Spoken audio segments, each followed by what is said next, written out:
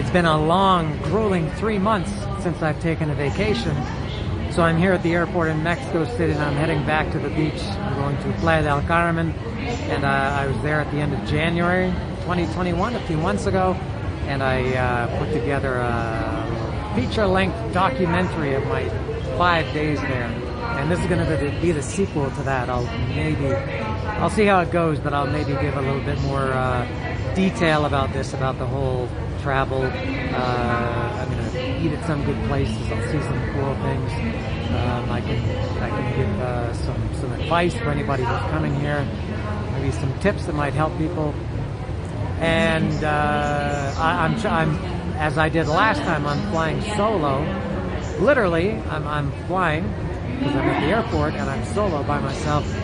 But it looks like I should be joined. This was a last minute thing that just happened. I should be joined tomorrow by a very special guest for the duration of my trip. So you have to stay tuned for that. That's my tomorrow. In video time, that might only be 10 minutes or 20 minutes. That depends on how much video I take between now and the time I get to Playa del Carmen later this afternoon, and then meet up with my mystery guest tomorrow morning. And just a quick thing, I'm at the airport in Mexico City, as I said. It's got to be the worst airport in the world, at least the worst major airport. And maybe I shouldn't say in the world, because I haven't traveled to too many countries. I'm not, a big world traveler, but I have been to this airport maybe 30 times, 40 times. And each time it presents a new problem. Sometimes it presents the same problem, and I can kind of work my way around those problems because I have past experience with them. And so I'll start with the first tip for anybody that comes here, of the 14 people that are watching this. I always get here, and when you see the over here, these the screens that I guess there are people blocking, but the screens that show all the flight information, the destination and the time and the flight number and the airline. Now where it says puerta or gate, it should be a number. The gates are numbers. And in this terminal where I am, for national or domestic departures, there are gates 1 through 36. But every time I get here, my flight, it always says B. It's the only one with the letter B. I think there's also G. I don't know why there's not A and B, but there's apparently B and G. So now I've experienced this many times, so I kind of know, but I did kind of forget something important today. So what B is, there's nobody to tell you what exactly the difference is between a letter like B and a number like 1 through 36. And typical of this airport, has horrible, I would say not even horrible, non-existent signage. Both my mother and my mother and my brother, on separate occasions when they've come to visit me, have had horrible problems because of the airport, the disorganization and the lack of signs at the airport here in Mexico City. My mother's problem ended with her in tears. She was at the time 75 years old, and she ended up in tears. And my brother, without getting into that whole story, he had a problem here that ended up causing him to miss his flight and have to pay about $2,000, I think, around there for a new flight. My problem is not that bad. So there's not a single, this sounds crazy, but I swear it's true because I've been here many times. There's not a single sign directing you to where B is. It says gate or puerta B on the screen, but it's actually not a gate or a puerta. It's a sala. It's a big waiting room, which is where I am now. And I guess it's like you could say it's a holding area. It's where they haven't assigned a gate yet to flights. You come and you wait in this area temporarily until they've assigned a gate for your flight, which I'm still waiting for. The time is now 3:20. Boarding is supposed to start for my flight at 3:40, and they still don't have a gate. They still list it as Sala B, which is the waiting hall or the waiting area. And there's no signs whatsoever for B. And I've seen other people, when I was here in January, Oh, I was kind of watching this. I saw probably 4 or 5 people asking somebody, how do I get to Puerta B or Gate B? And then they have to explain to them where it is and what it's for. And there's no signs for it. So when I got here today, when I came out after security, you can either go, I think to the left is to gates 1 through 12, and to the right I think is like 13 through 36, or maybe it's 1 to 18 one side, 19 to 36 the other side. And I can never remember if Sala Bay is on the lower side or the high side.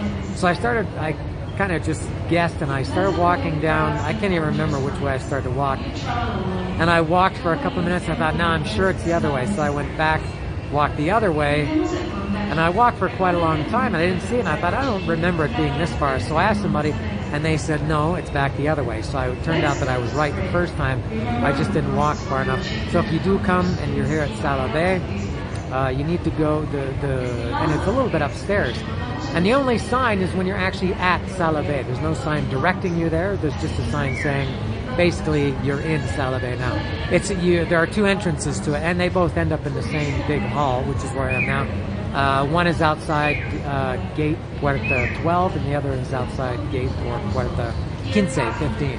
So, whistle again. Thank you. And so there you go. So I don't know if I'm going to remember my own advice next time I fly here, but so there you go. So I should be boarding. Still waiting on a gate 322, and but I'll be boarding soon, and then on the plane shortly thereafter, and in Cancun shortly thereafter, and then taking the bus, the ADO bus, a little bit, about 45 minutes or 50 minutes south from Cancun Airport to Playa del Carmen. And a quick thing, just one more thing as I'm going to my gate here about the disorganization of this airport.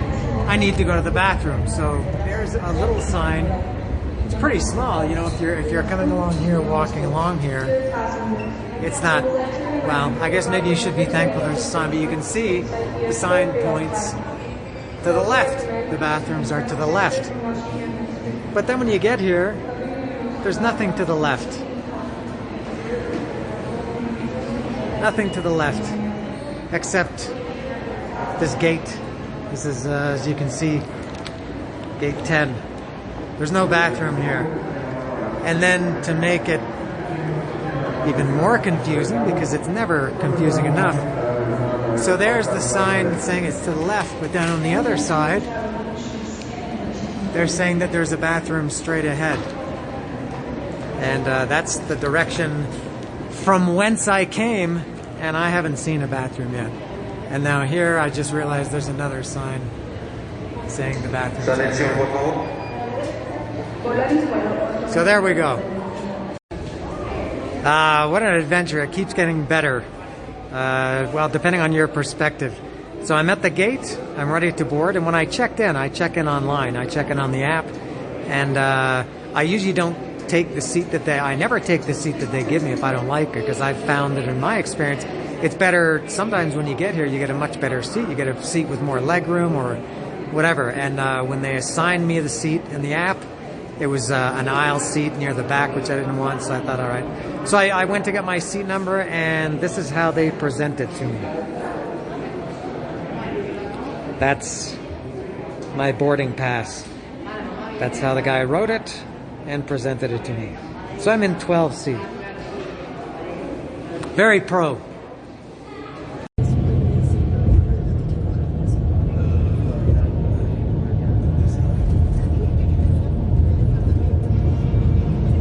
That's not too much of a view. It's not very nice, but I'm in Cancun now, and everything was very easy, really, really simple. And that doesn't happen too often in Mexico. So it's nice when things do go. I love it when a plan comes together. Who used to say that? The guy from George Papard, his character on the A-Team, used to love it when a plan comes together. And that doesn't happen a lot. After 15 years in Mexico, I can attest to that. But it's good. So I'm in Cancun now, and really, really, everything is moving along very swiftly. Oh, and they even have these these crazy cancer-causing turbines in Quintana Roo state. They don't really cause cancer. Some people might have you believe that they do.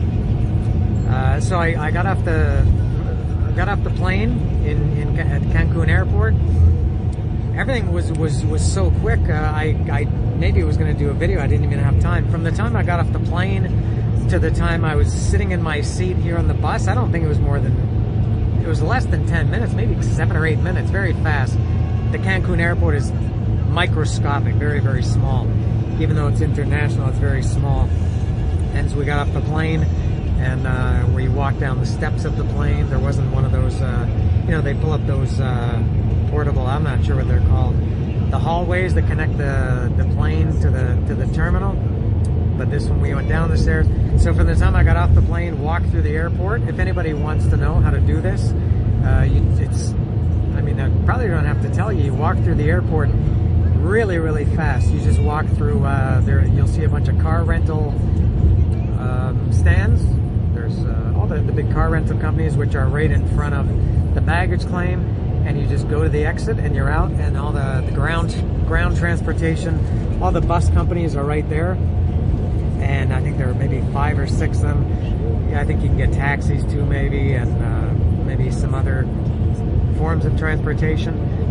And so I was waiting in line to buy my ticket for I'm on the ADO bus, ADO, and I was waiting in line to buy my ticket, and there were maybe 5 or 6 people in front of me, and I waited in line just for about a minute, and a guy came over to me, a guy from ADO, and he asked me if I was going to Cancun, because these ADO buses also go into Cancun City. And I think they go into the city, I think, and also maybe Cancun, the tourist area.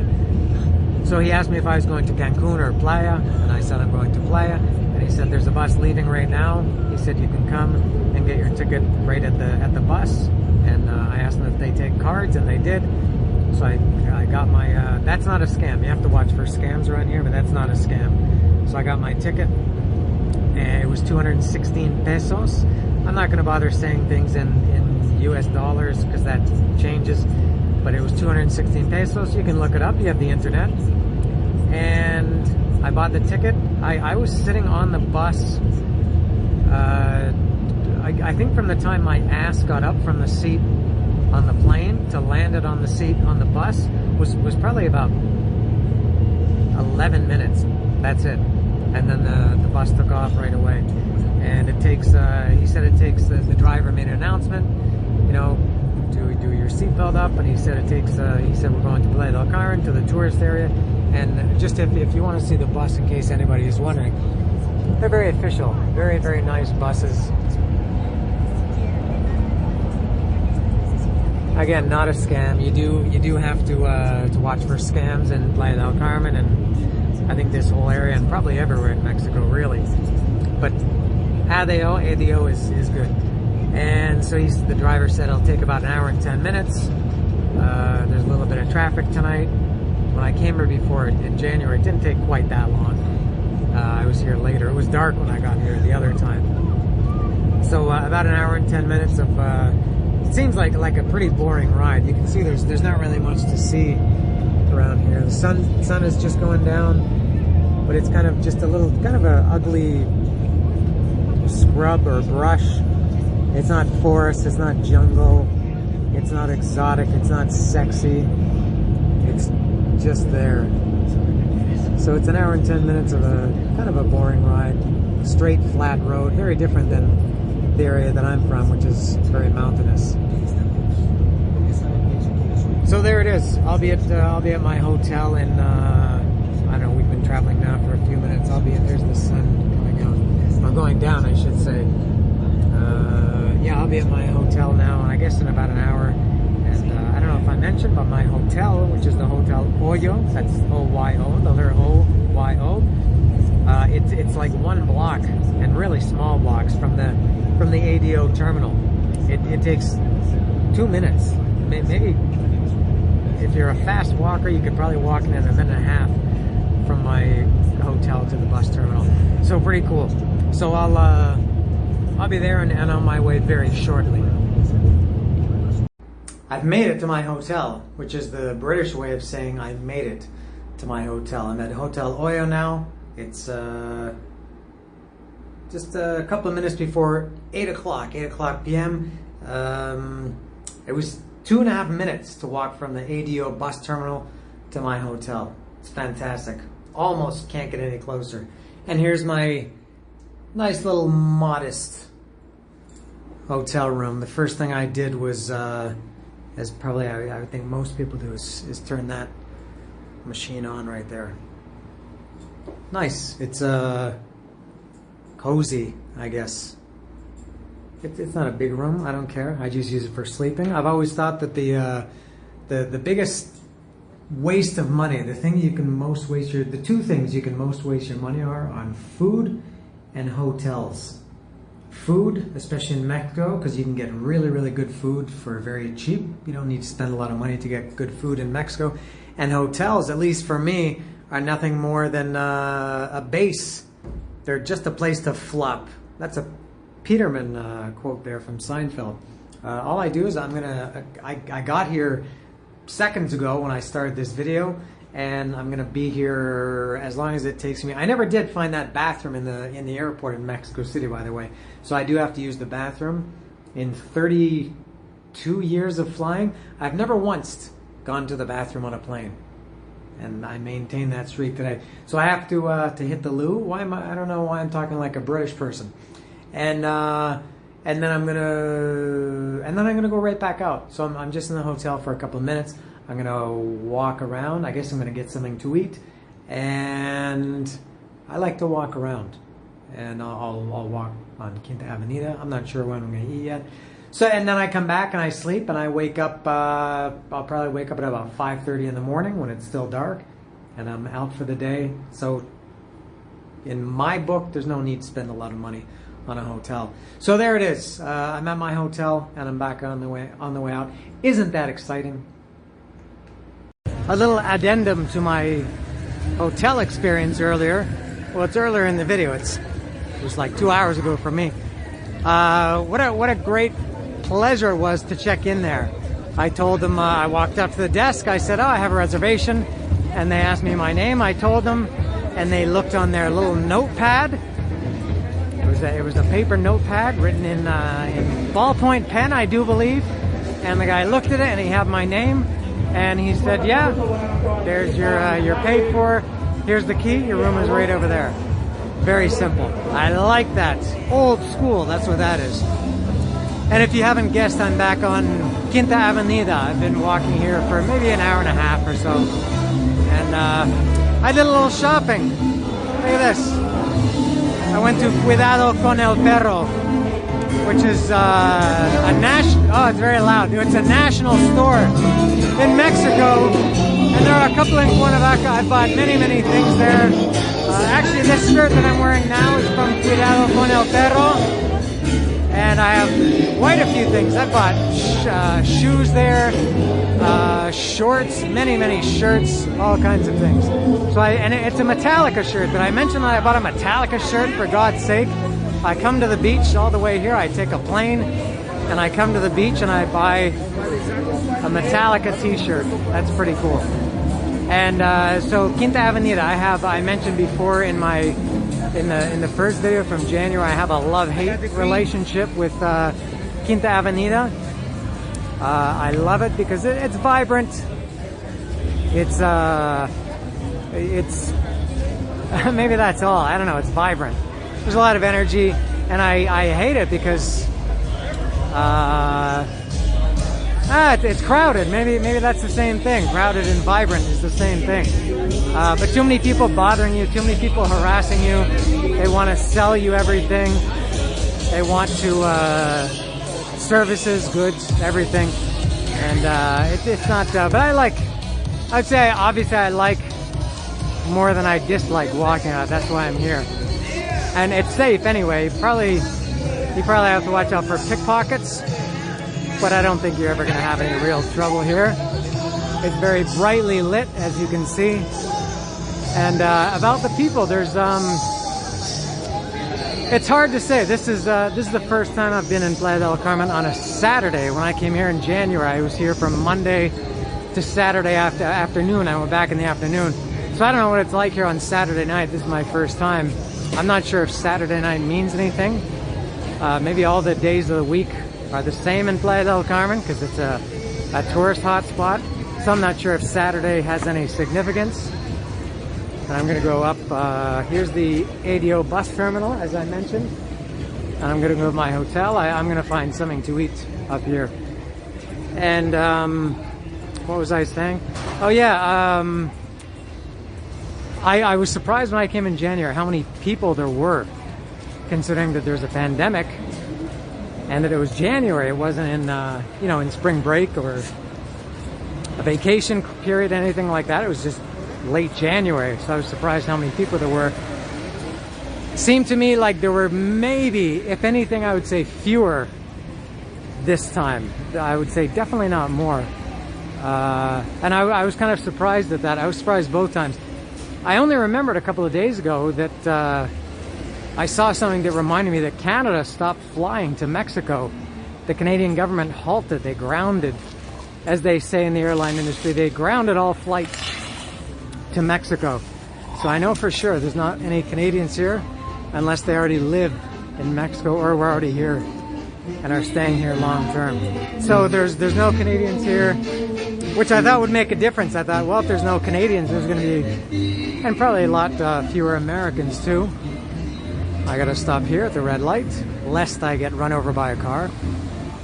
And but then I realized, you know, probably at any given time there's couple of thousand Canadians here. Maybe that's nothing. Maybe you wouldn't even notice if a few thousand people were missing over the course of walking around Quinta Avenida. I'm not sure.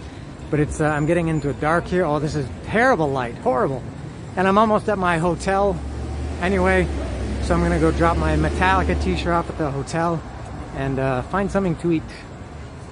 This is the place I've chosen to eat tonight. My first meal in Playa del Carmen. And this time, this is called Los Portales. It's Antojitos Mexicanos. This is on Calle Benito Juarez. My hotel is right down the street over here.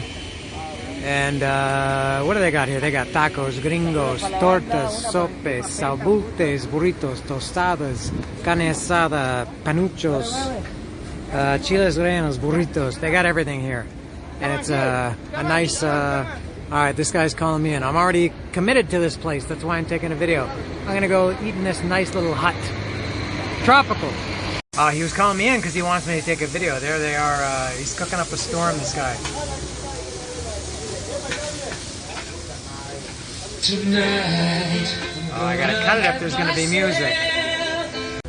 Well, I guess it doesn't matter if you're in Cuernavaca or Playa del Carmen or anywhere you go in this country, they're gonna fuck your order up.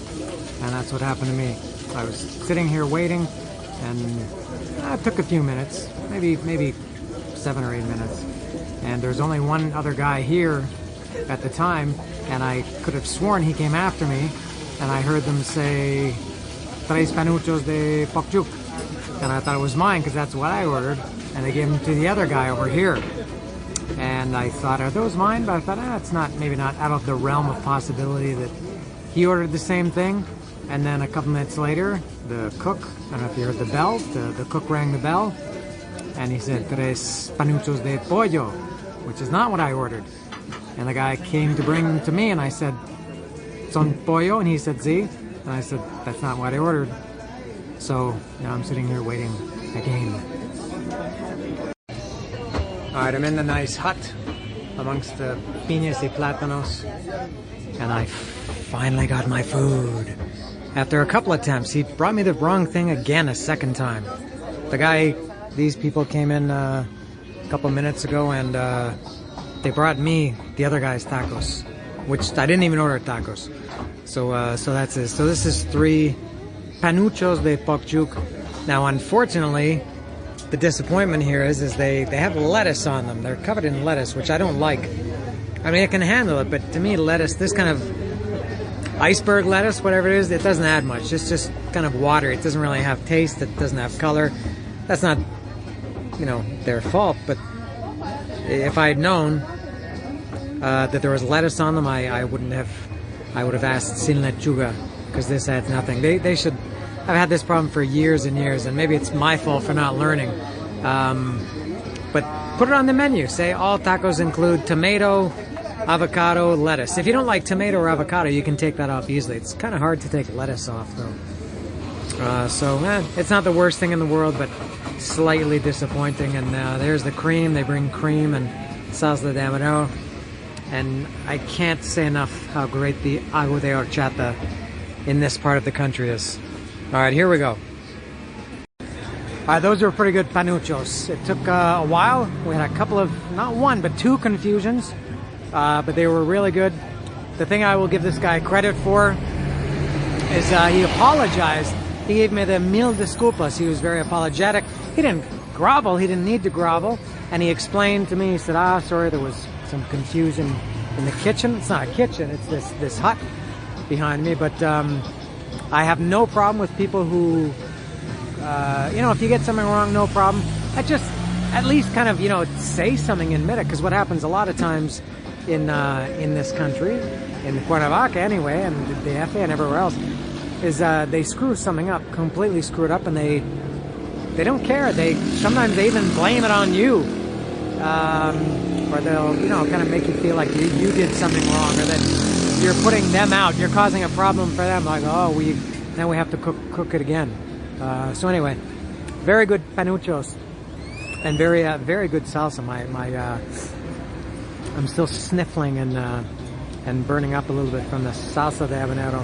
I guess I can walk. I'm going back to my hotel over here. Very good salsa de habanero. Very, very hot and burning, but man, oh man, delicious. So good panuchos at Los Portales on Benito Juarez, Playa del Carmen. This is how the beach looks at about 6:09 in the morning. I came here at a little bit before sunset, sunrise. The sun should be coming up. I think first light was right at 6 o'clock, and sunrise is at 6:33, I think, something like that. So I'm down here. Now this is totally different. I thought this was seaweed, but I see now this seems that it's growing in the sand. It looks like tundra. I'm sure this wasn't here when I was here in January. I'll have to go back and look at the video and photographic evidence, but all these this plant stuff growing. Yeah, it's actually no, it's not growing. It is seaweed. Wow, that's crazy. Look at how much there is. And there's the ocean.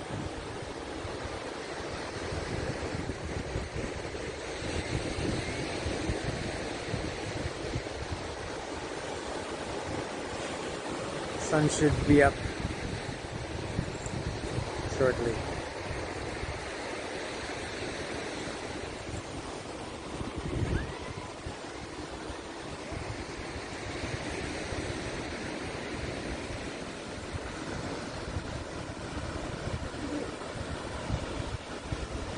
You know what? I just realized this stuff growing here where I'm standing right now. I remember now.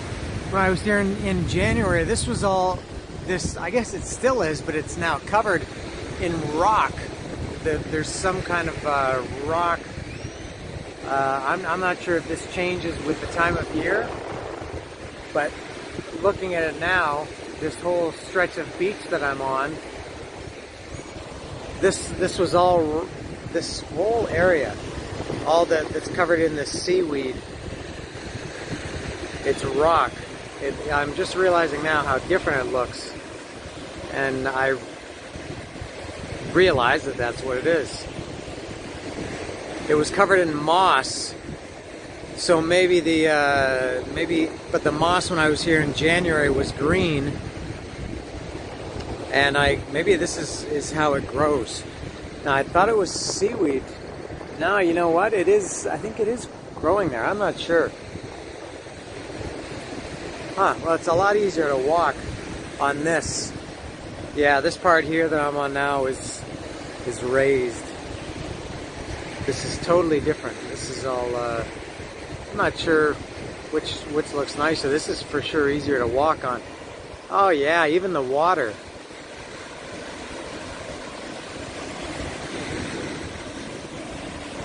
All right.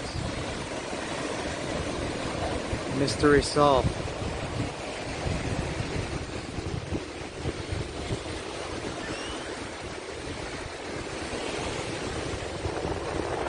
A couple of pelicans flying up here.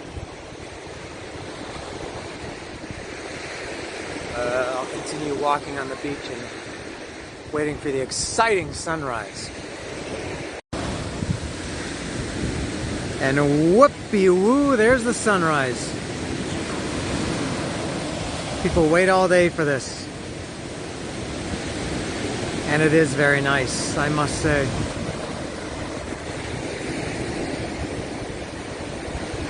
Try a little different light here.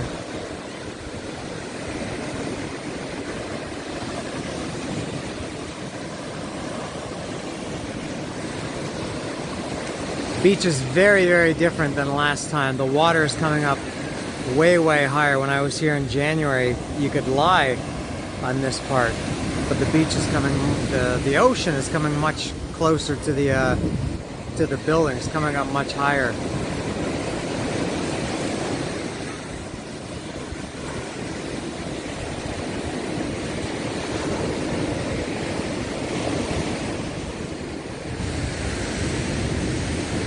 Quite windy and breezy. A little bit of a wider look here.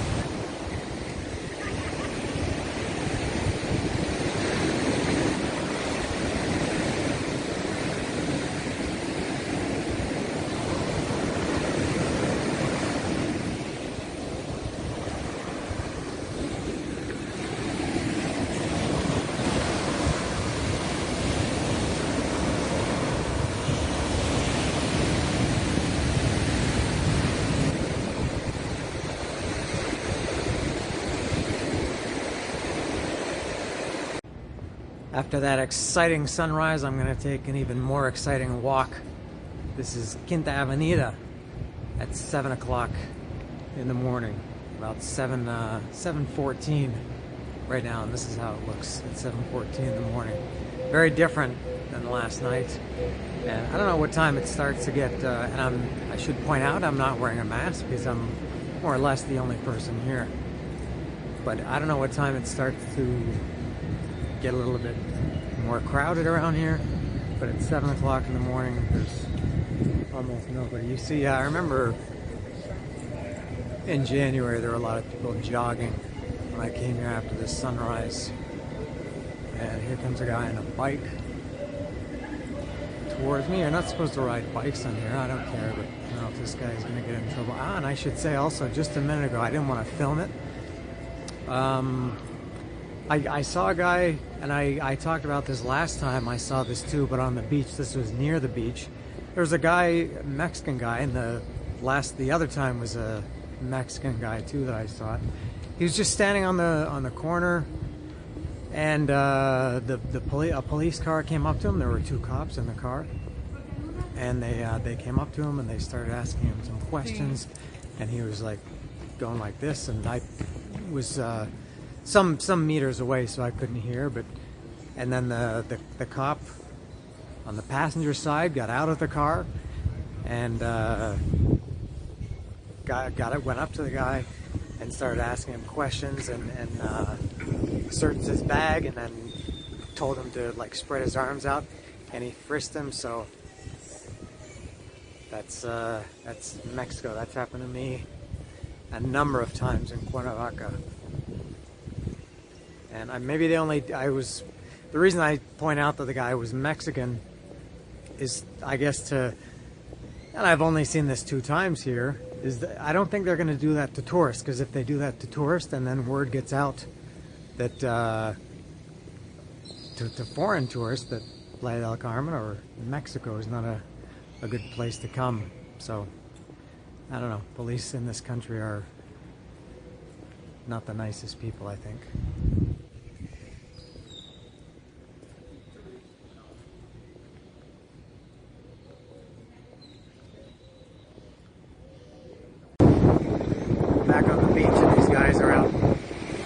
breaking up all the seaweed.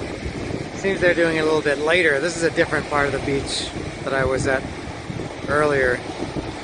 And seems they're a little bit late. I remember them doing this earlier, but it's very nice that they do that. Well, it's not nice. They're not doing it out of the goodness of their heart, but it's good that whoever decides to do that, because the seaweed is not visually appealing. Nice that they can get it cleaned up.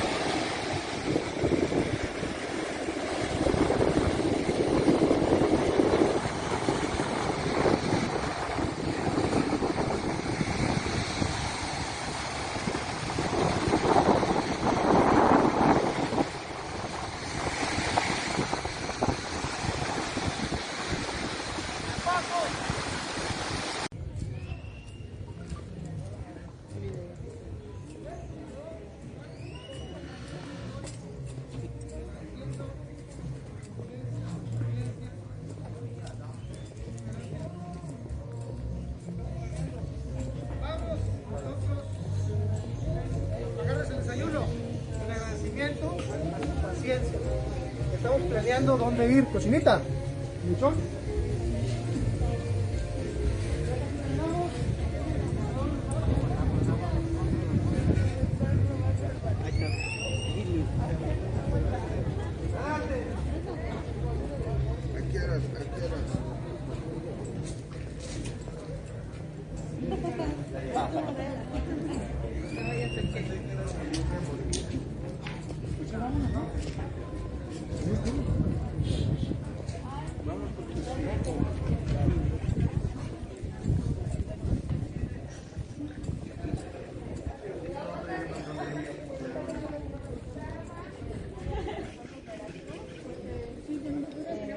Tengo 20 años, 21 años.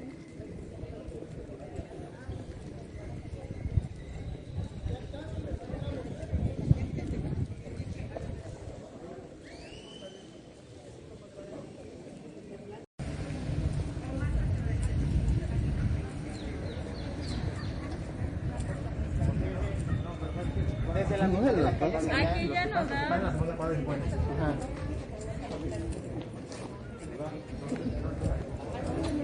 Oye, pregunta.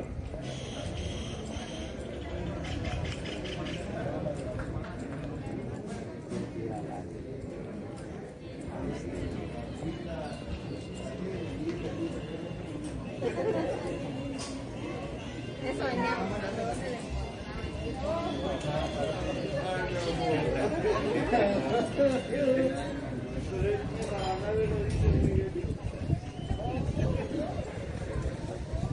Fuerza México.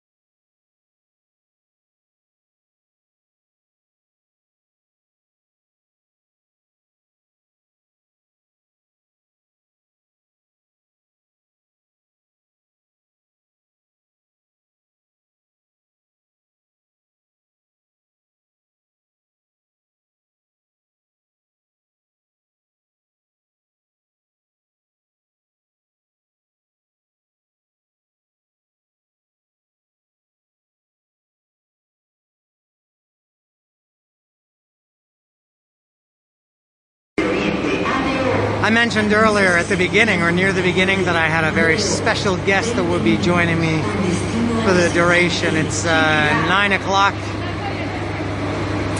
in the morning here, 9:10, and the bus just pulled in. Isn't this thrilling?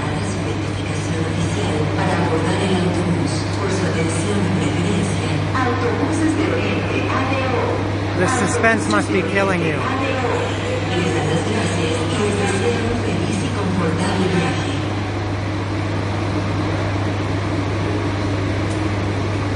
There she is. Your attention, please. Ah, Announces its departure. I think she anticipated that I would be recording. 20 minutes. With destiny to the city of Chiquilá.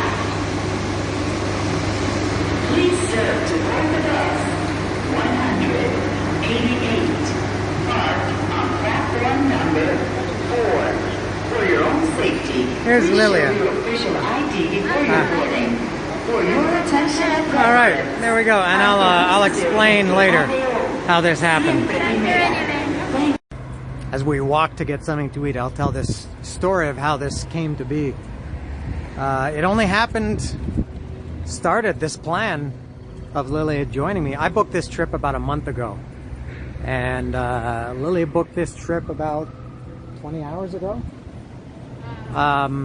I was on the bus going from Cuernavaca, my city, to the airport in Mexico City, and she looks after my cat when I go away, and checks my house and things like that.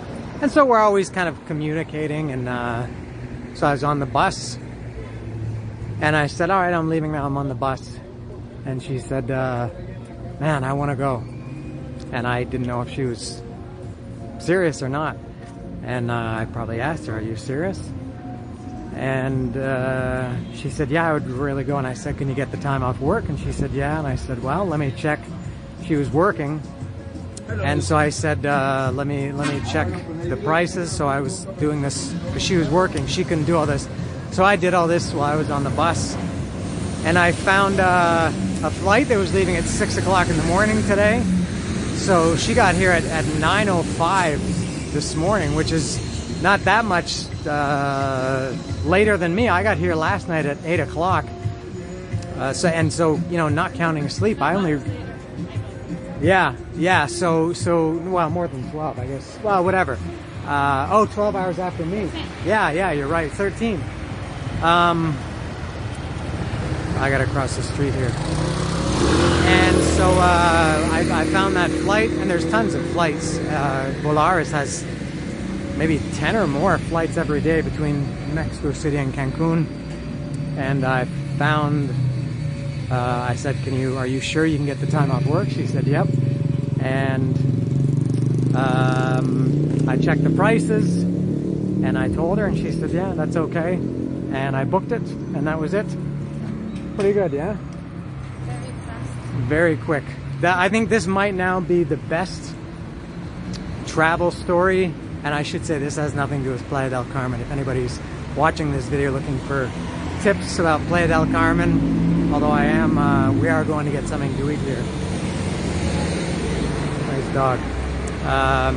So you can fast forward to this, although it may be too late for that.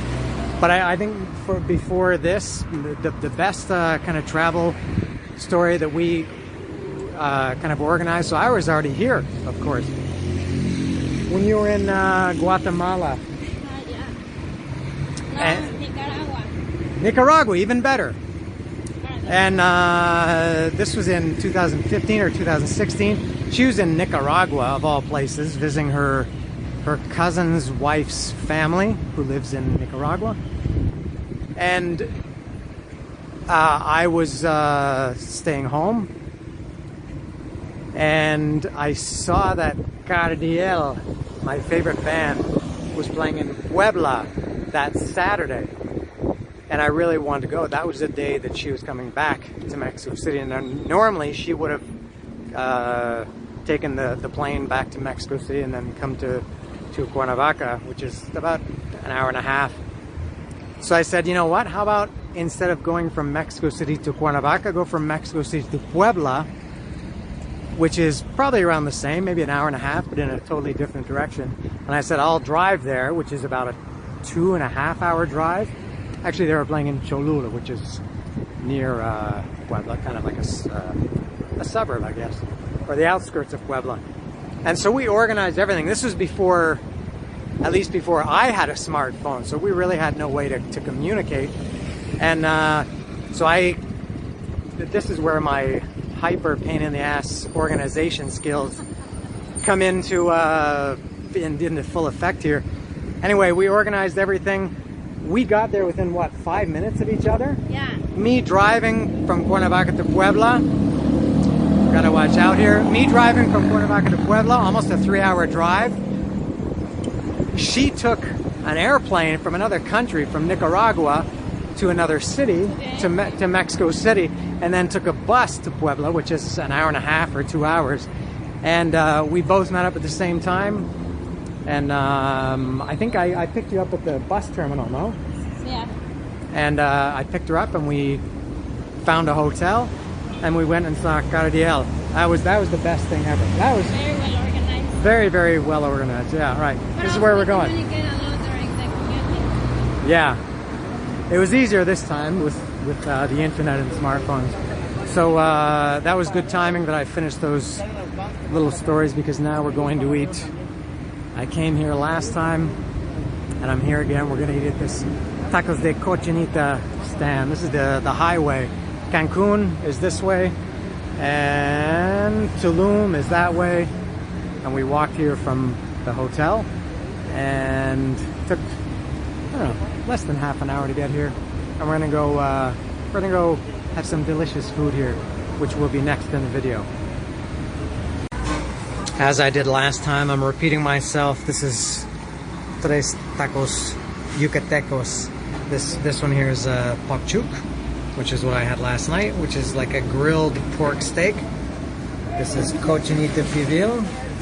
This is shredded pork, cooked supposedly in a pit for like 24 hours, slow cooked. And this is relleno negro. This is turkey and lots of spices to make it black with an egg on top. And Lily has just got pork chook and cochinita. She had a bad experience with relleno negro on her honeymoon in the same, well, not here, but that was in Campeche, which is in the same part of the country. And she, Staying away from it. yeah, so she's 10 years later, she can't get back on the horse. We finished our tacos for, we were just talking about, what do you call it? I don't know if it's breakfast or lunch. There's no word as a combination of breakfast and lunch. There should be. Lunch.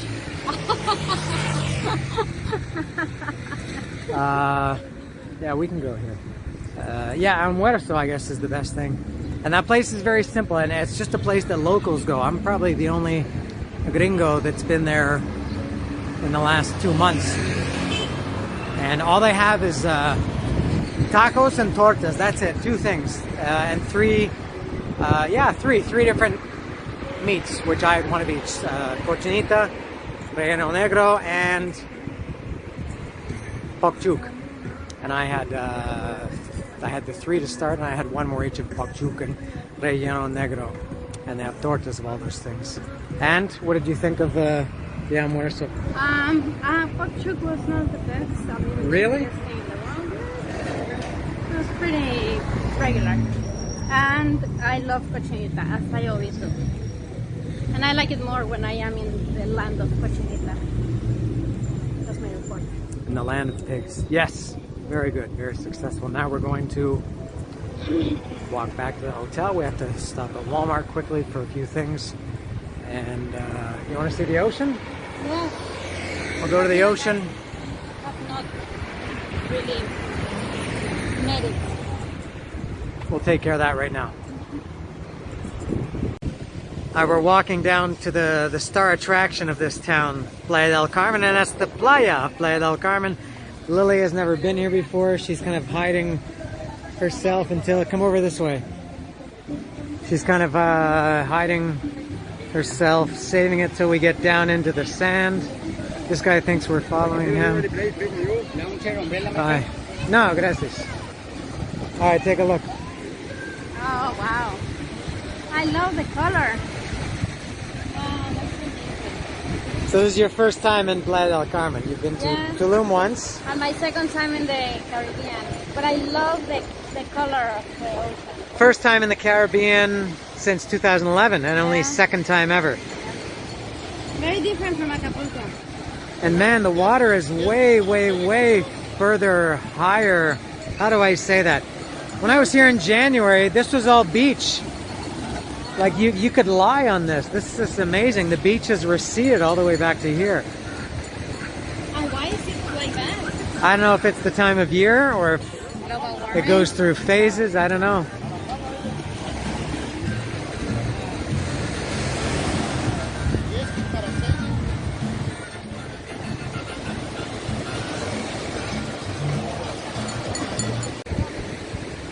Just as I start the video, she has a little problem here. What happened? The water was gonna wet my shoes. We're in the higher end of Playa del Carmen now. These are the really expensive, fancy, elegant hotels. And as you might expect, obviously a different class of people. It's the most obvious thing that you can see. And there's the star attraction here.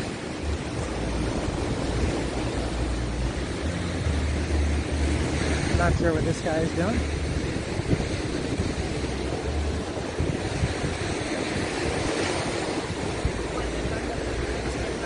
And it's very hot. I think it's around, I saw today it was going to be 32 or 33 plus humidity. But it's nice when you're on the beach here. It's breezy. At times windy. Very nice. But amazing, unbelievable how much farther the water comes up here now compared to when I was here in January. I think, for example, if you can see behind me, the water is coming right up to here. Where I was here in January, the water was maybe 10 or 15 meters further back. So the beach has been eroded. And in some other parts of the beach over there, it's the opposite. The beach is, the water is further back.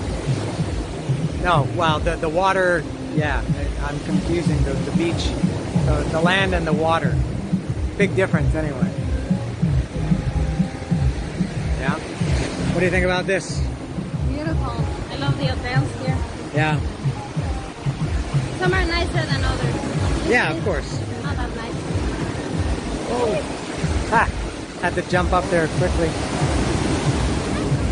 Oh, look at that. Oh, we got out just in time. Were you safe? No soakers?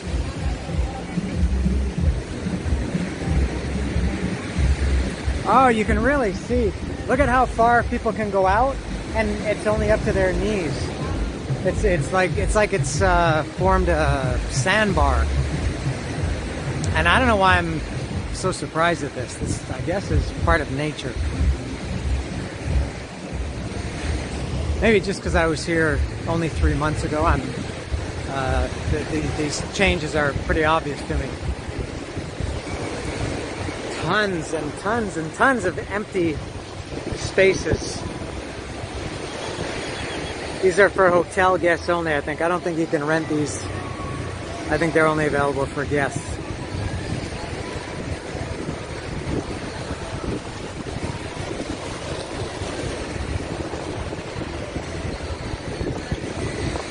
What do you think of this one? That's nice. I would like to rent one. Yeah, maybe you can rent those chairs.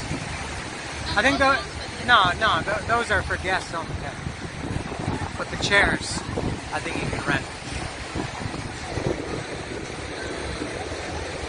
We've been walking on Quinta Avenida for some time now, and still are.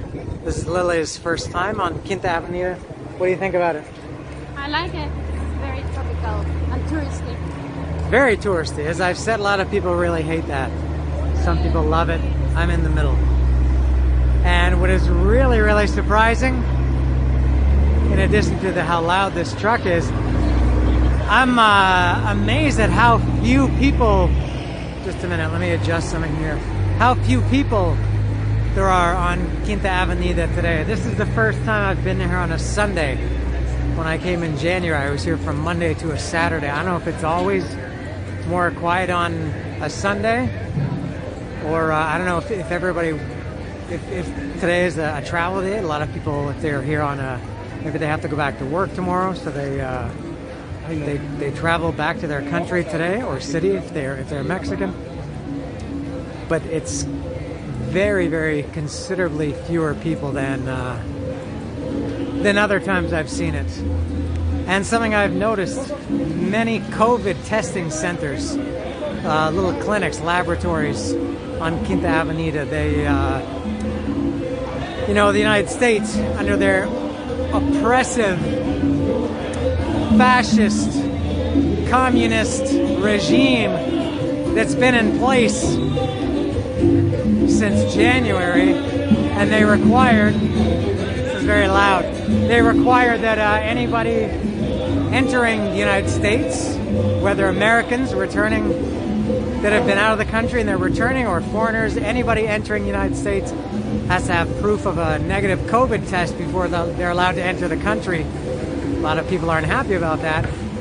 And so Mexico, especially the tourist areas, they said, well, then we'll give you, we'll offer free tests, which is kind of unfair for the rest of the country, because if I want to get a COVID test, it's very expensive in Cuernavaca, but Americans can, or anybody can get it free.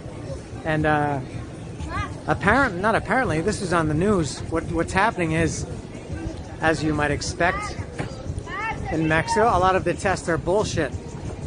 I saw in the news last week or a couple of weeks ago that there was a group of people, I don't know if they were all together, but there were people from Argentina who came to Cancun or Playa del Carmen or somewhere around here, and they got negative test results from one of these places in Mexico, and so they got on the plane and went back to their country, went back to Argentina, and some of them started to have COVID symptoms short time, within a few days after they got back, and they got tested again, and 44 people that had negative tests given to them in Mexico had positive tests taken in back in Argentina. And so the Mexican government is looking into it about these fake COVID tests. So you see a lot of those centers, and even some of them here, I don't know if you've noticed this, they make a point of saying like something like 100% real tests. No? I think there's a place right here in the corner.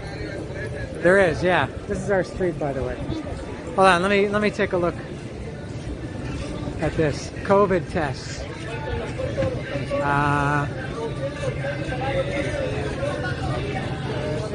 No, this just says so they're just on the street like this.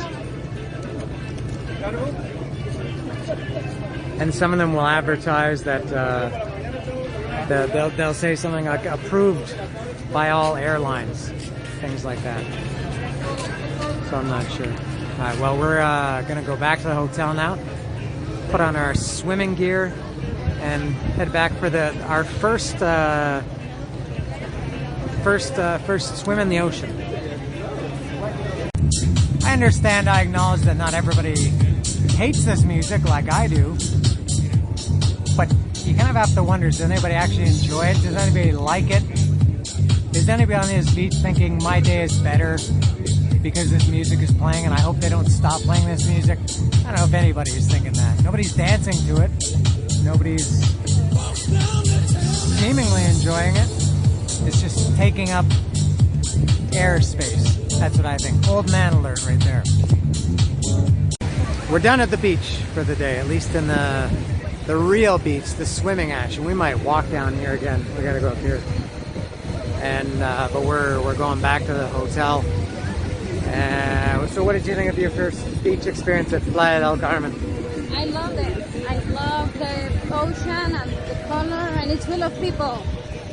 So I like that. What about the music? Oh, I hated that. Oh, the music is so We shit. were very close to a speaker playing really loud music, and it was the bad music, not the good music. Even if it had been Motorhead, I would have personally enjoyed it, but yeah, it's just And I don't even think, is that an old man thing to complain about? Maybe. Do you think so? Well, we're 45 and up, so yeah, I guess. Yeah, but I don't know if I would have liked that at any point in my life. Who wants to go to the beach and have to yell to be heard? You can't even talk. We were lying right beside each other on the beach, and we had to speak pretty loud to hear each other.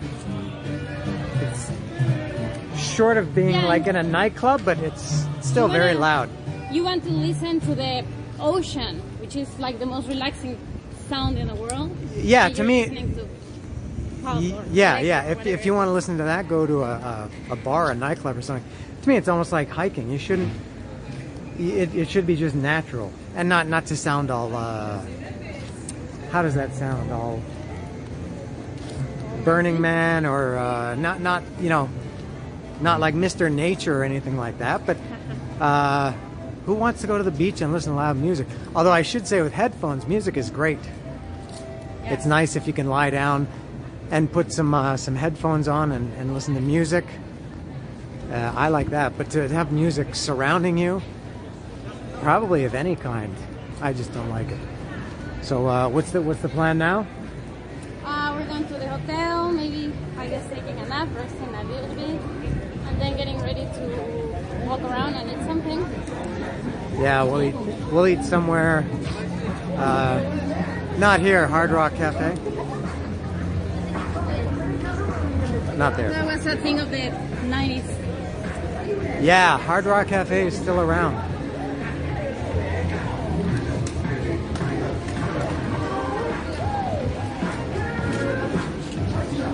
I think we'll eat either at that sausage house.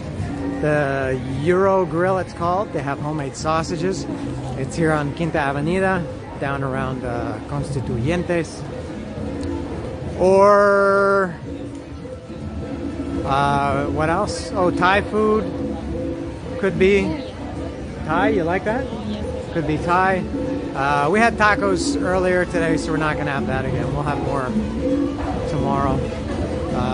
We'll see.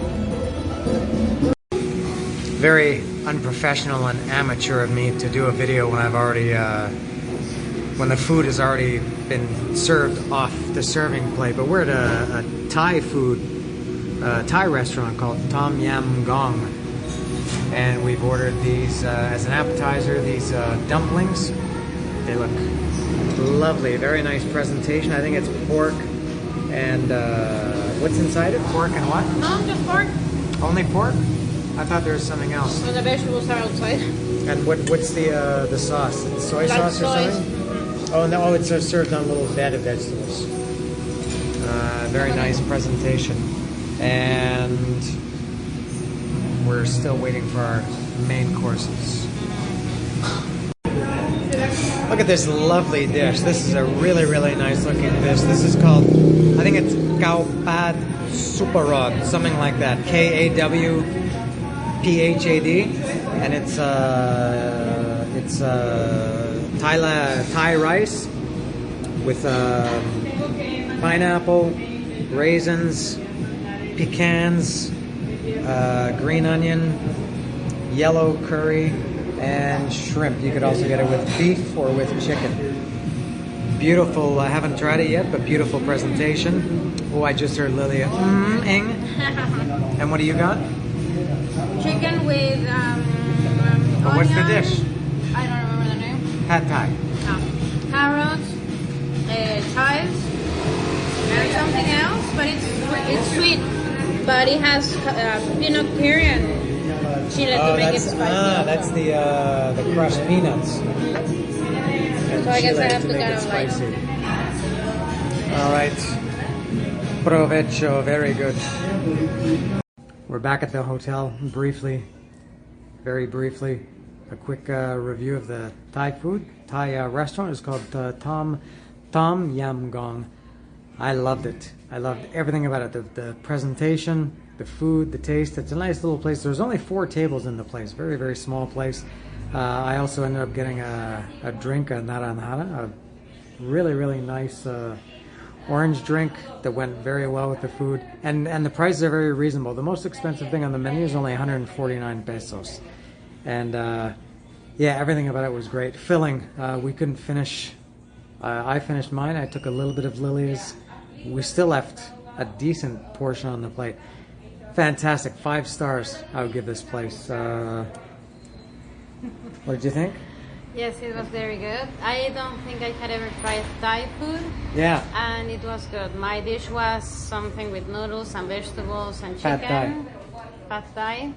And it was kind of orangey. Peanuts. With peanuts, and it was very good. Chile. Chile en polvo. And rice noodles. Uh-huh. And we had a nice naranjada. And that was perfect. Yeah. Like it a lot. Yeah, and I should say I'm not an expert in Thai food. I think I've only had Thai food 4 or 5 times. I really like it. There are no Thai foods, I keep saying Thai foods, Thai restaurants in Cuernavaca, so it's rare that I get a chance to have Thai food, but I loved it. Quiero más. This is what Quinta Avenida looks like at 5:58 a.m. We're going down to the beach to watch the sunrise today.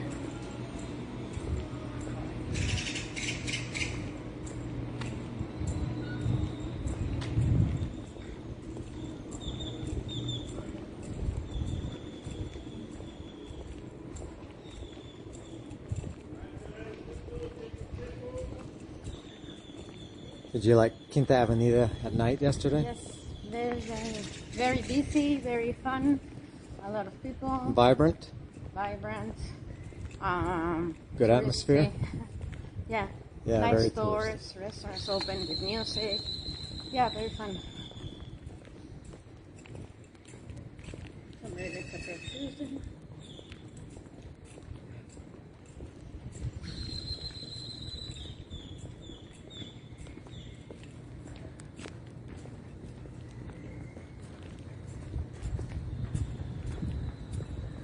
And there's the ocean.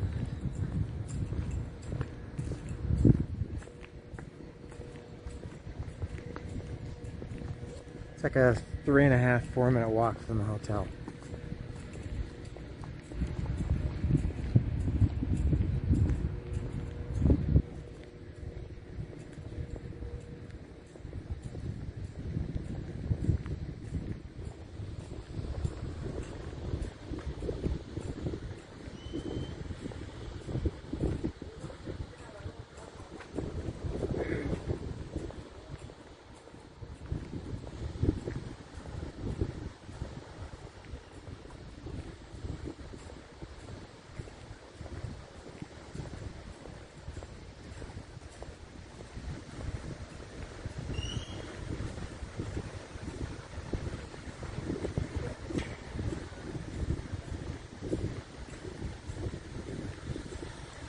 The water's a lot calmer today. Can you see?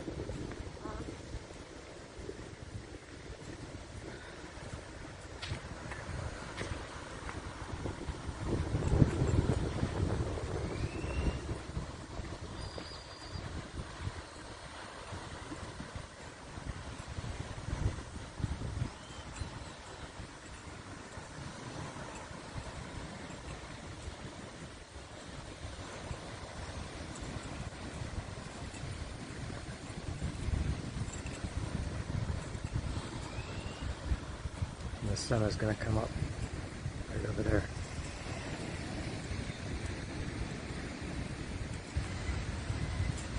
I can't get over how different the beach is from January.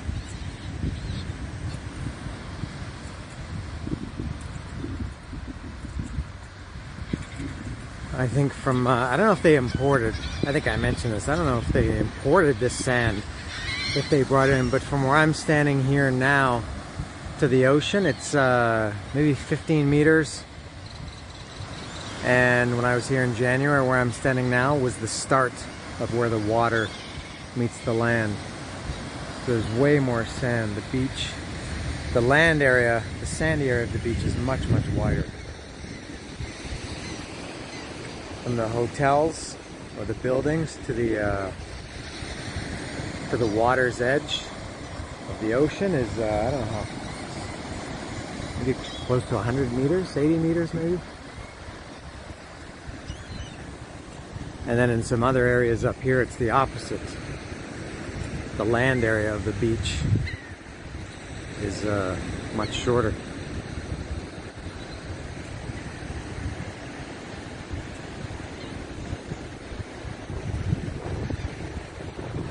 Which is more understandable. You can understand that the sand would erode. And there's no rock. This was all, this area that I'm walking on now was all rock. Not rocks, but rock, like, I guess it's like coral.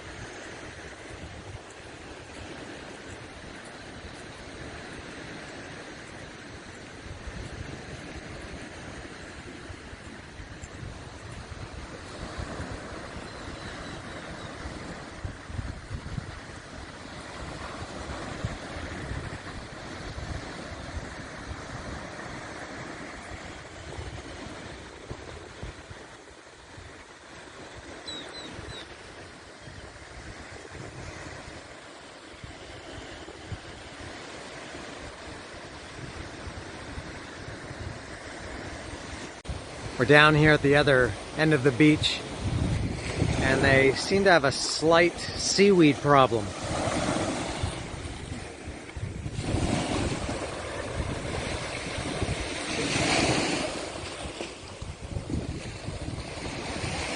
I think this is the Hilton. This is a beautiful place here, and it must be, I don't know, hundreds, maybe $1,000 a night. And imagine coming here, you have a beachfront hotel, and you come here and this is your beach. Nice palm trees though.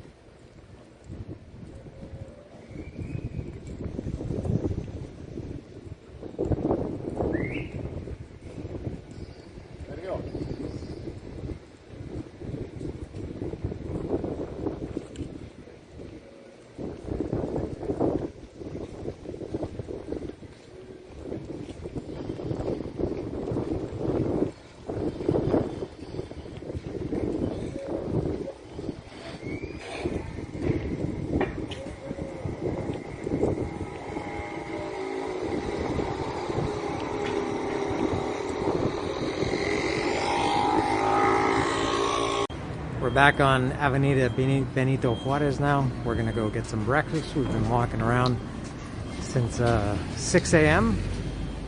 It's now almost 8:30, and we saw a kind of disappointing sunrise, if that's possible. There were some, it wasn't cloudy, but there were some clouds right where the sun comes up, which kind of blocked it. So by the time the sun actually came up over the clouds, it had lost its sunrisey appeal.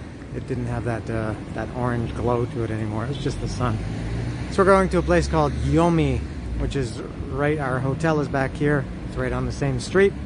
It's right beside Los Portales, where I had the problem with my panuchos the other night. And here it is now. I found this place when I came here in January. And here it is, Yomi, double I. I found this place when I came here in January, because when you come in from the bus from the Cancun airport, the bus comes down here. And I was watching for a place and I saw this and I thought, oh, it looks like a good place. So I came here for breakfast last time. And I'm here for breakfast again right now. So we're gonna go have some breakfast here. It took a while, but we got our food at Yomi. And a little tiny kitchen. And what have you got there? This is huevos árabes with carne de res, hummus with what? I don't know what this is. Garlic, it's hummus, yeah. Like a dressing and pita and salad. With piña y café. Yeah, there's your huevos there. And the pita is on the side and a little salad. And I've got the pita de shawarma, or shawarma pita. Chicken, let me take a look. Oh, looks pretty good. Very nice. And a licuado de plátano, which is the most delicious thing I've ever had. Alright, here we go. Provecho.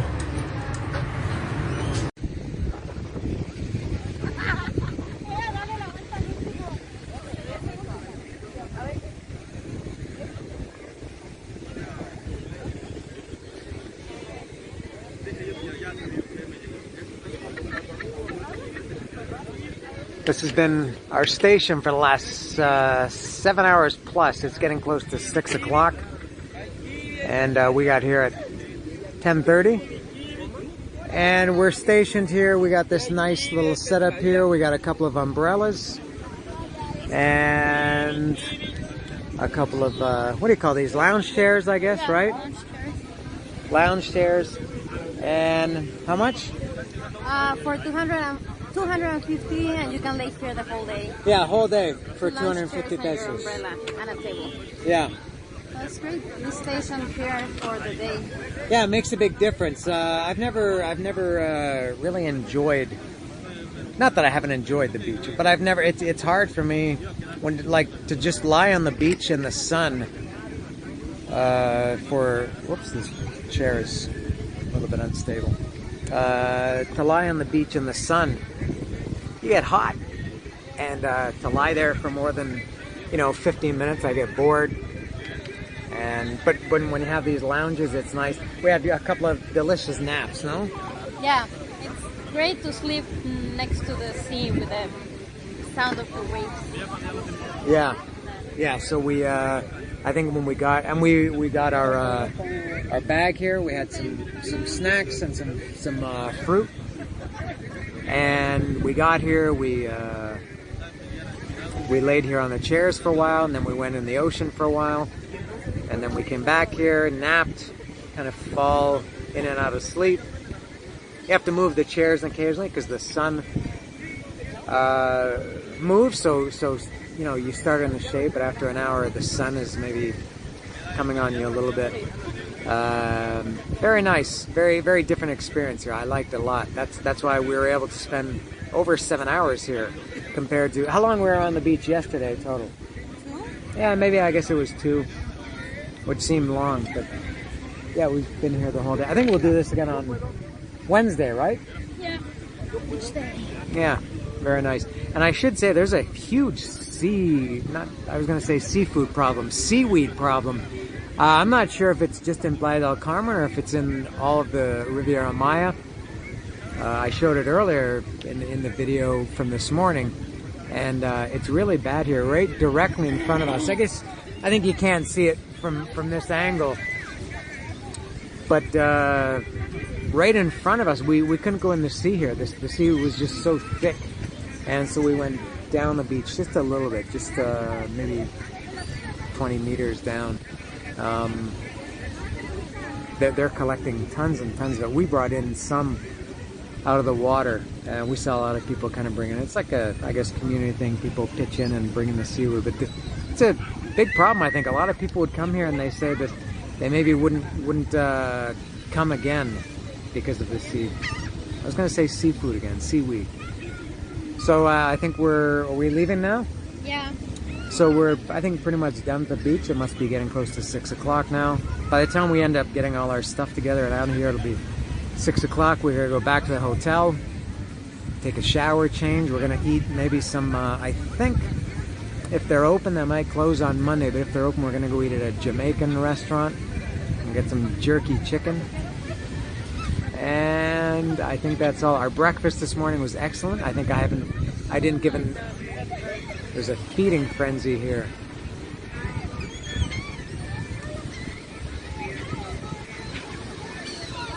They're hovering.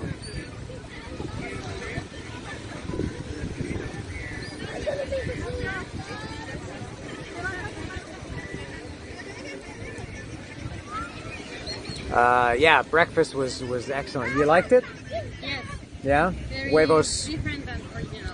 Huevos árabes was very good. I had the shawarma, excellent, very good. And so we'll try this. Oh, there goes this umbrella. It's just blowing over.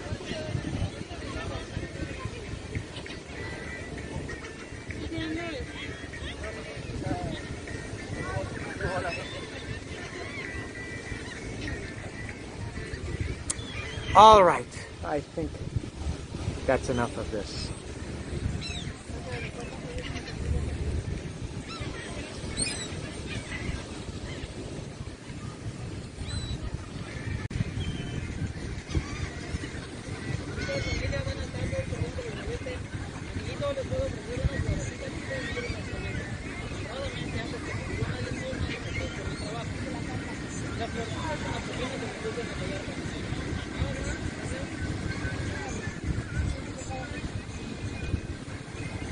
Chicos, buenas tardes.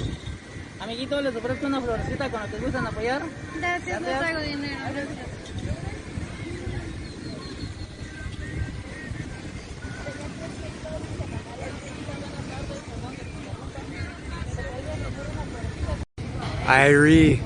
Irie man. We about to try this Jamaican restaurant. Irie Rocas Jamaican Kitchen.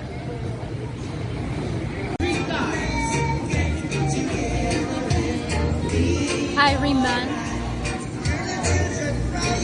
We got some jerk chicken here, garlic mashed potatoes, some coleslaw, and some something. Yes. There we go. Doing it a little bit different this time, abandoning the selfie stick, just mixing it up a little bit. A little review of this Rocas Jamaican jerk chicken. We just came from there, loved it. A couple of things about it. It came, we bought a whole chicken, pollo entero, full chicken, which came with coleslaw and garlic bread. Now the coleslaw was very measly. It tasted good, but the dish it came in was about this deep and only about this big around. Very, very small. It would have been a small amount even for only one person. And there was the two of us, and maybe with people sharing a whole chicken, it might be 3 or 4 people. So the coleslaw, they got to step it up and give it a little bit more coleslaw. The garlic bread, I don't think had one speck of garlic, and I would also say it looked like it was kind of an afterthought. The bread looked like it was squished. It was barely warmed, not toasted, but just barely warm. I think kind of stale, dry, not very good.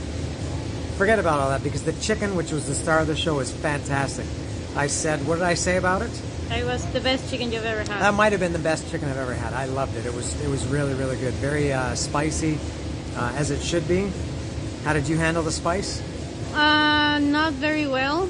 Better than the guy, when we got in there was a guy at the table beside us. The guy was struggling like he was, I don't know what analogy I can use. He was like, I saw him trying to catch his breath. He was wiping his nose. He was like kind of, he was really in bad shape. For me, it was nothing. I eat spicier stuff than that for breakfast every day.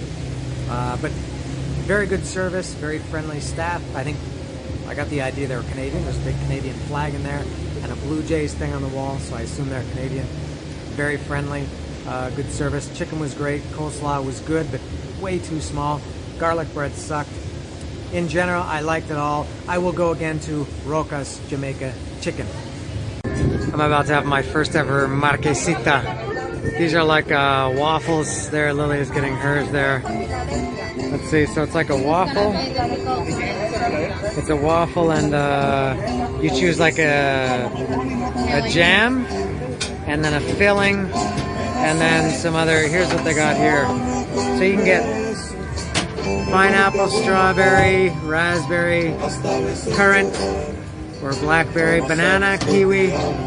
Well, those are jams. And then the actual fruit, you can get banana.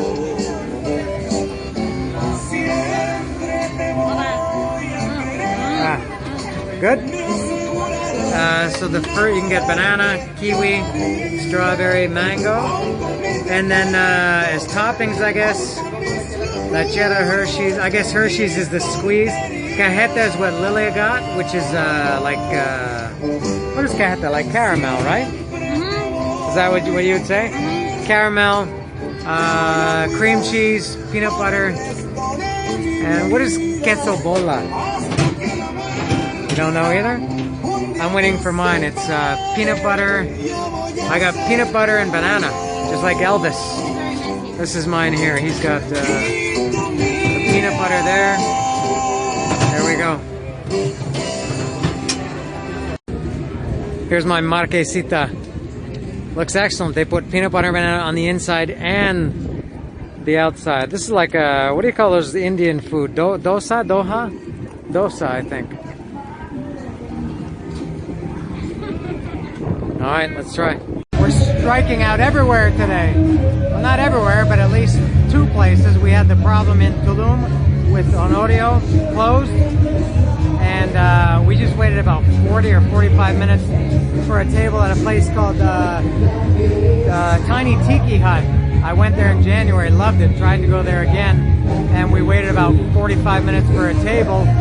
And so we finally got a table. Actually, we had to sit at the bar and went to order. They didn't have the thing that we both wanted. So struck out there again. So we're now at Euro Grill. This is just sausages. That's all they have. Here we go.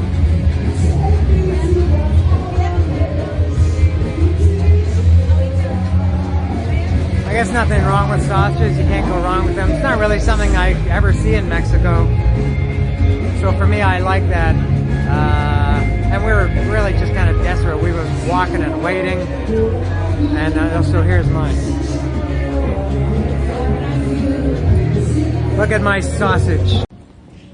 After a day in Tulum yesterday, we're back in Playa del Carmen, back on an empty Quinta Avenida. That's why we are maskless, because there's pretty much nobody here. It's about 8:04 in the morning. It was a late day for us. We slept in today. We woke up at 7 a.m. In my 3 days here, I woke up at 5:15, 5:15, 5:30 yesterday, and 7 o'clock today. So it was a sleep-in day. And we're gonna go to, we're going out for breakfast. This is just gonna be beach day. We're going to a breakfast. It's not a breakfast place. We're going to a place for breakfast called Madres Cafe. It's on Calle 8 en la esquina de Quinta Avenida. And we're almost there, I think. Great. It looks like they have a great menu. They had all kinds of bagel stuff. Go this way. And we're not going to IHOP. And English muffin stuff, which I never, ever, I think not once in 15 years in Mexico have I seen any kind of restaurant of any type serving anything on a bagel or an English muffin. So it should be good. And we're walking, we're almost at the place now. We're walking towards the ocean. The ocean is down here. And I think the restaurant is one of these places. And we're going to go enjoy breakfast. Haven't dug in yet, but I'm going to be very happy with this. In 15 years of living in Mexico, I've never seen a place that serves something like this. This is the, we're at Madres Cafe, as I mentioned. This is called the breakfast bagel. It's scrambled eggs with bacon, tomato, avocado, cream cheese on a bagel. Bagels don't exist in Mexico, pretty much. A nice toasted bagel. Looks very, very good. I'm very excited about this. And English muffin with fried eggs, avocado, tomato. Delicious. yeah, and an herb sauce. Yeah. Is that the white stuff? Sauce. White, creamy herb sauce. Yes. Oh, it looks very good. Madre's Cafe was amazing. I loved it. We both loved it.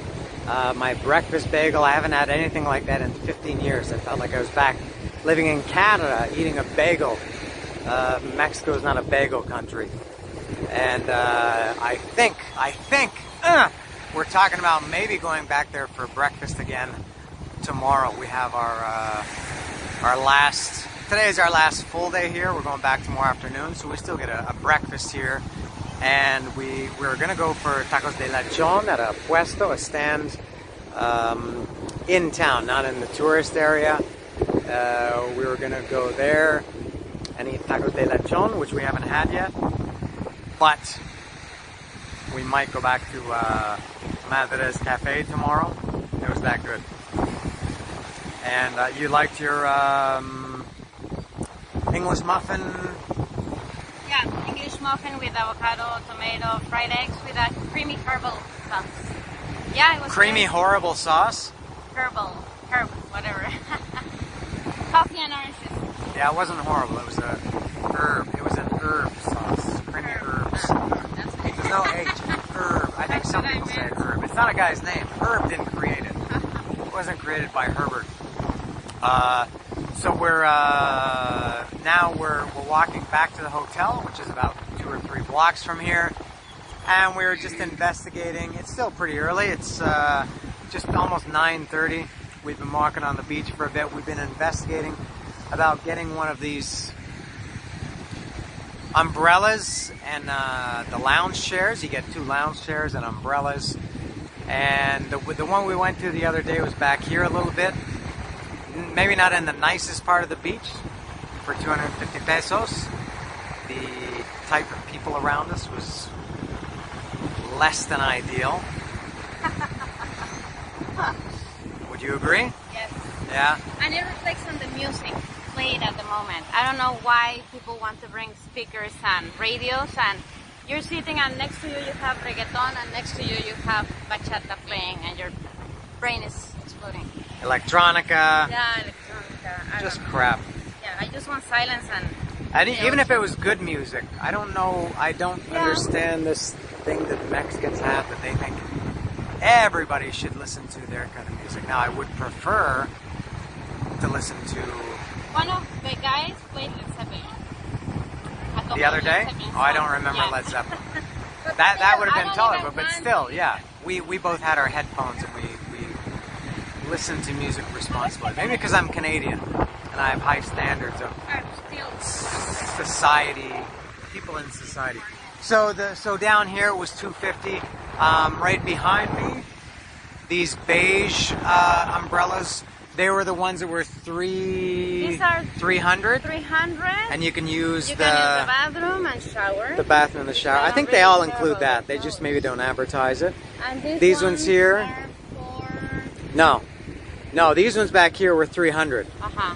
These ones here are 350. No, these ones were 400, no? 350? These were 350. I don't know.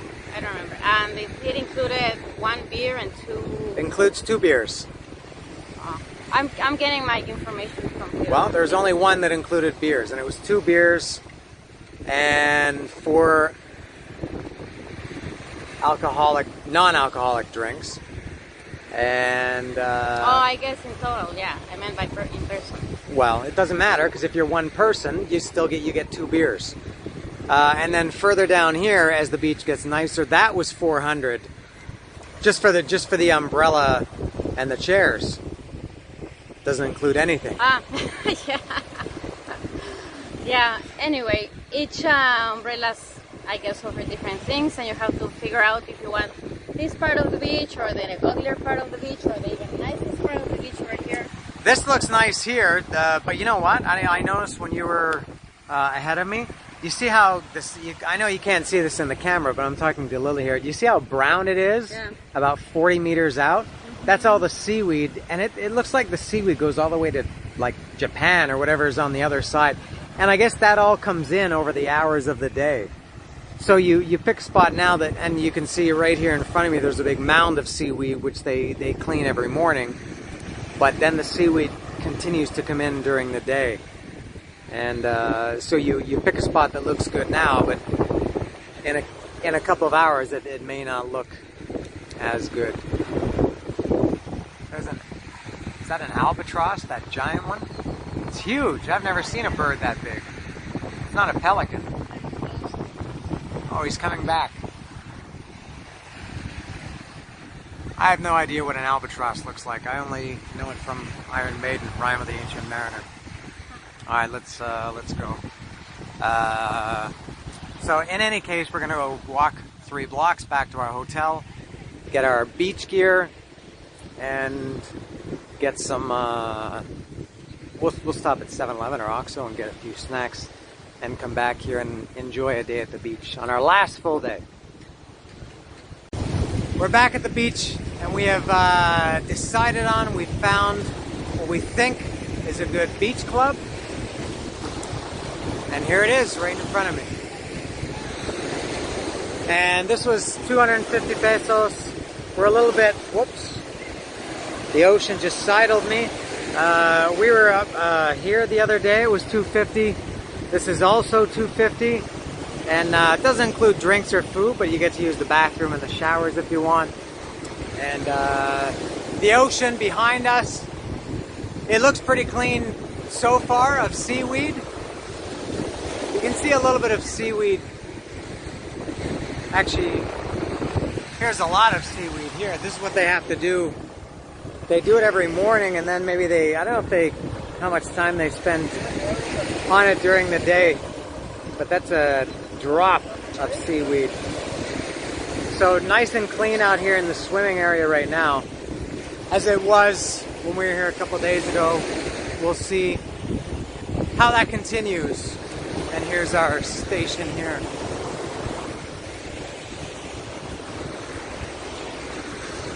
Happy?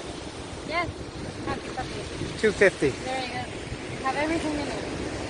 Yeah. Yeah, good shade. Chairs, these chairs maybe look in better condition than the ones the other day. And as of now, no neighbors. It's only about 10, I think around 10:30. No neighbors anywhere. I wish it could stay like this.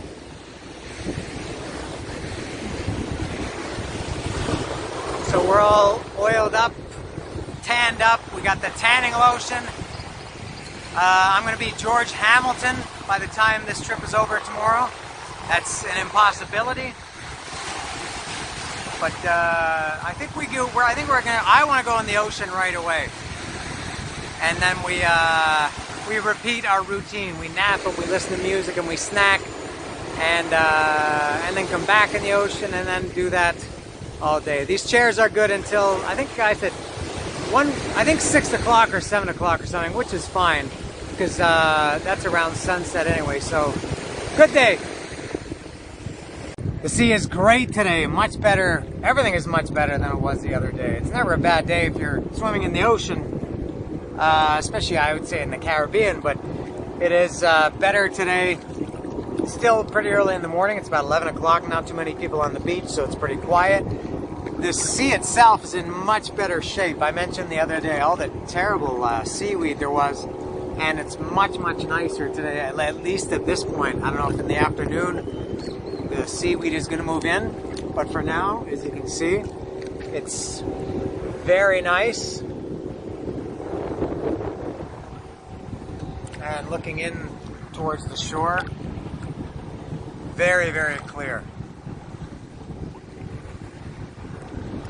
This is a diving boat here. I think this guy's preparing to go out soon. That's the Solimar.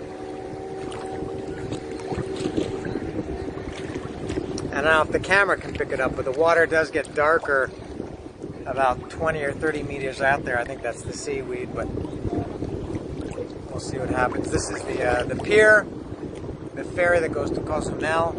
That's the ferry station right there.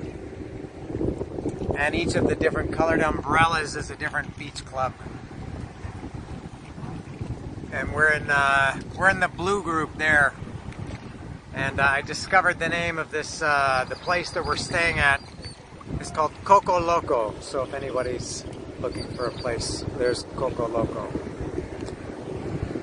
So it's very good. Nice. Is this seafaring conditions? Maybe that's only for sailing. But it sure is very, very nice here. I'm gonna go back in.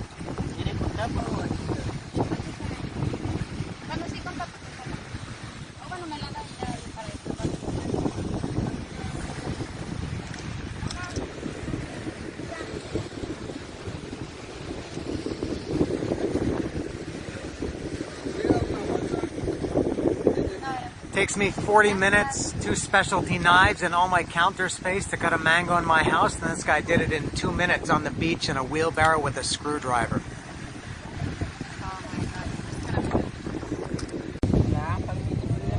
Look over here for a second.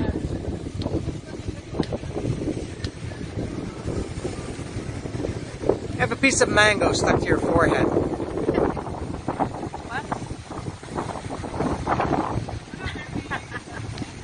The only person I know who could get mango stuck to their forehead.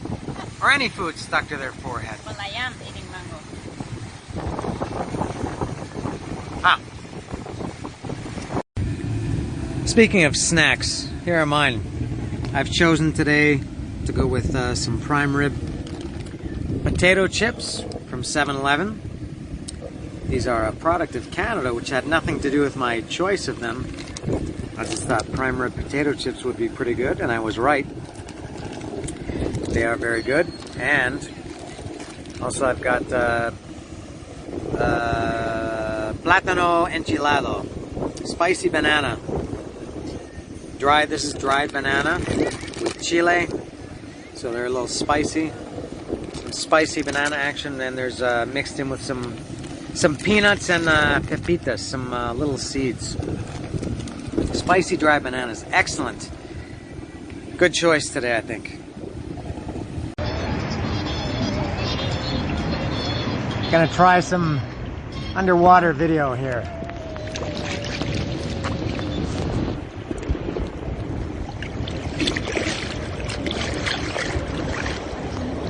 We go a little bit deeper. I don't know if this is catching sound or not. This is going to be probably lousy quality anyway because I'm just using a cheap plastic bag. All right, let me get a little bit deeper here. All right, let me try this.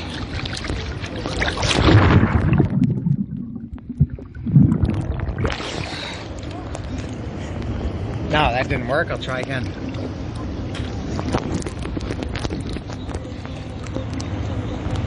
All right, let me try again.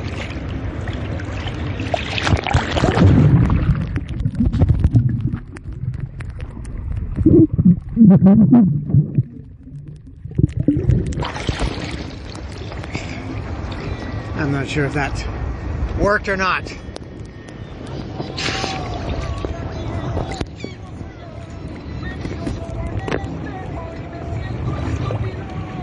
What a great and very successful day we had at the beach club today, Coco Loco. It was good when we went a couple days ago. Everything was much better today.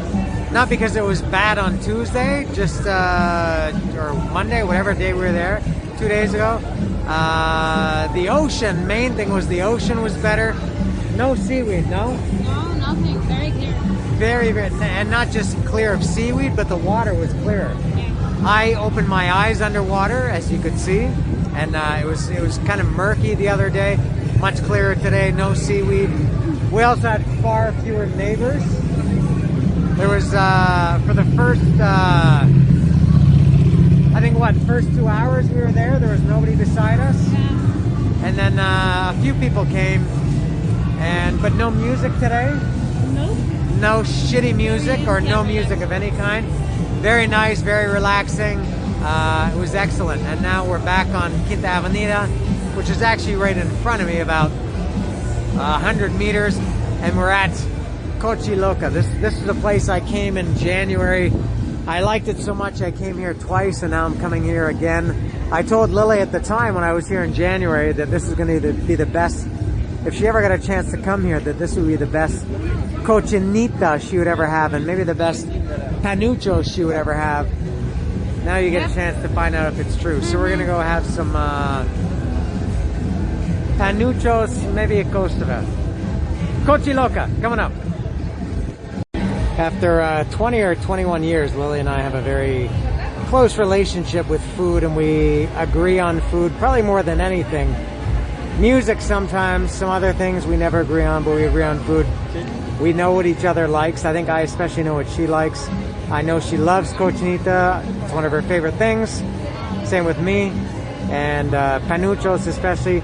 When I came here in January, I told her this would be the best panuchos you've ever had, or best cochinita. She's taken one bite, couple of bites, two or three.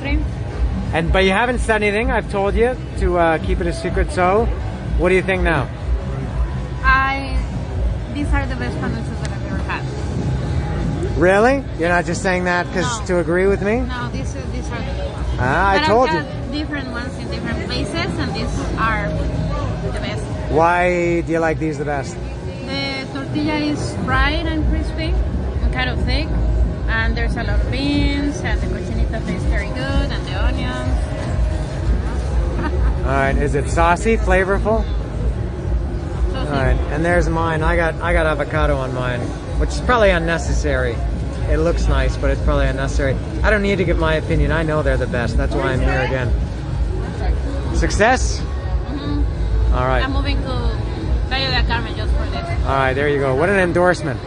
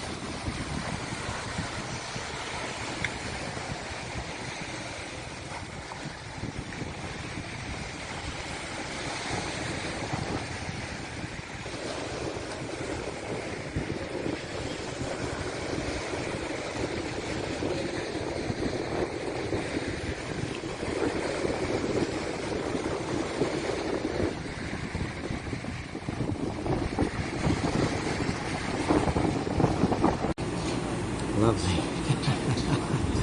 I didn't know that was on camera.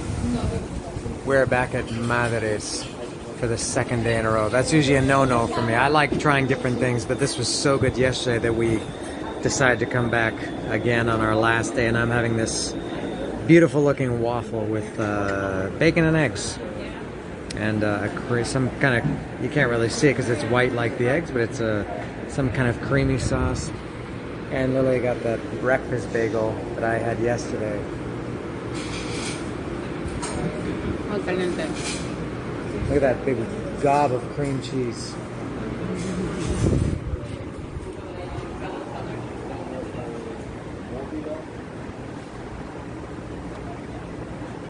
We finished up at Madres and it was excellent again.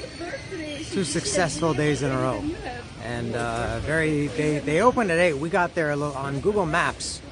It says that which I've been burned by many times on Google Maps. Google Maps says they open at 7:30, which is fake news. Some people like to say fake news. I would say it in this case, that is fake news. They open at 8 o'clock. If you go to their restaurant, they have a sign outside saying that they do indeed open at 8 o'clock. So we got there and a little bit before 8, and by the time they opened, there were quite a few people. It's a very small place. Probably only holds 20 people at the most, and there were a lot of people. We're stopping here. Lily's going to take pictures. There were a lot of people waiting in line, but very quick. And there were only two women cooking and 1 waiter, and they opened the doors right at 8 o'clock. We went in, sat down, ordered, and ate, and had our. Let me show this.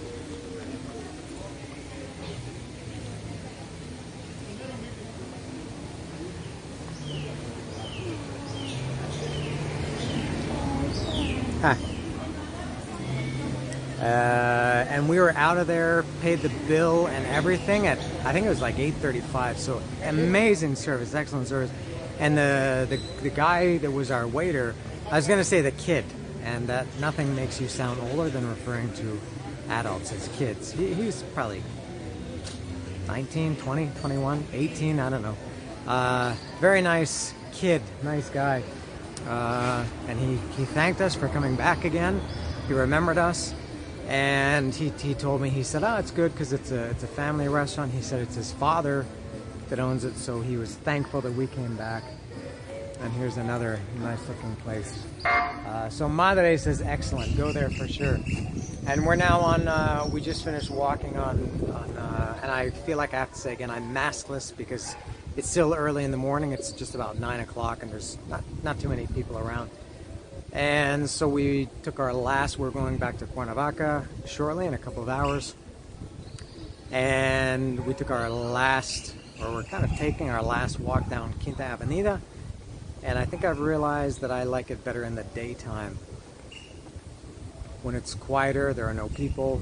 Lily said she likes it at night when it's all lit up and there's more electricity, literally and figuratively, yeah? Mm-hmm. So we're walking down this street, beautiful street. This is Calle 38, just a little bit off Quinta Avenida. Lily hadn't seen this, so I had been down here before, so we came down here for a little walk. I think that's all we need to see, yeah? We can go back? Mm-hmm. Yeah. All right. And I'm not going to show Quinta Avenida again because I've done that a couple of times. And here's a view of this Calle 38. Beautiful, beautiful street. Would you say, yeah, this is... It's very green. Very green. Trees, nature. Yeah, very tropical. Yeah. Oh no, actually she did see it. We saw it last night, but it's different at night. Really nice.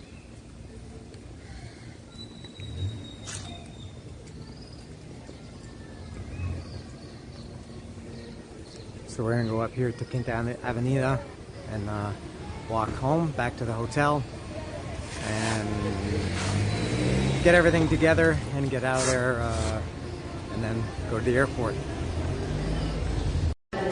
At the airport in Cancun, just to put a final, to wrap it up, to put a bow on it, to finish this up.